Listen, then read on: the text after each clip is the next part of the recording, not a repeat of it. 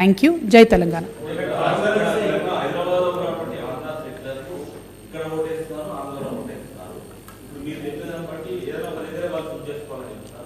Hundred percent కదా, ఆంధ్ర తెలంగాణ అని కాదు. ఇప్పుడు నేను సేడం కొడంగల్ ఎగ్జాంపుల్ చెప్పిన, కర్ణాటక తెలంగాణ.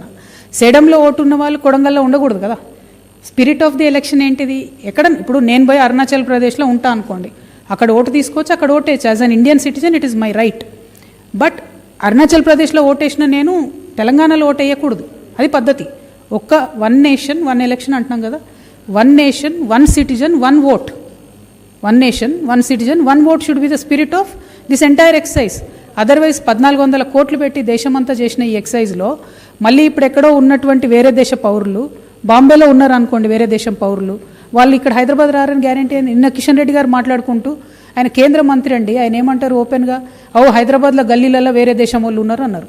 ఉన్నారు కరెక్టే, నువ్వు ఇక్కడ ఎస్ఐఆర్ చేస్తున్నావు, వేరే రాష్ట్రానికి పోతారు కదా వాళ్ళు. లీగల్ మైగ్రెంట్ భయం ఉండదు, వాడు అక్కడ ఉన్నాడు అక్కడ ఉంటాడు. ఇల్లీగల్ ఉన్న మైగ్రెంట్ ఇక్కడ నుండి ఇంకో దగ్గర పోతాడు కదా. మరి వాళ్ళని ఆపడానికి ఏం మెకానిజం ఉంది? ఏం మెకానిజం లేనప్పుడు ఎందుకు చేయాలి SIR? So this is my humble question to the union government and also to the ECI.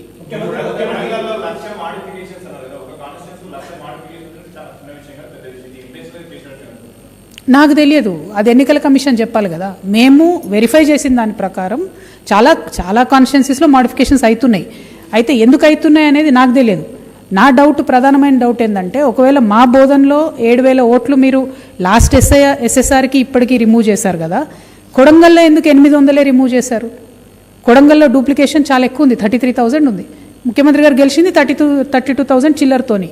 మరి అంత డూప్లికేషన్ ఉన్నప్పుడు ఎందుకు రిమూవ్ చేయలేదు అన్నది నా ప్రశ్న. అది ఎన్నికల కమిషన్ గారు చెప్పాలి. నేనేమంటున్నా బ్రదర్, ఇప్పుడు మాకు దొరికిన లెక్కలో 33,433 కొడంగల్లో డబుల్ ఓట్స్ ఉన్నాయి.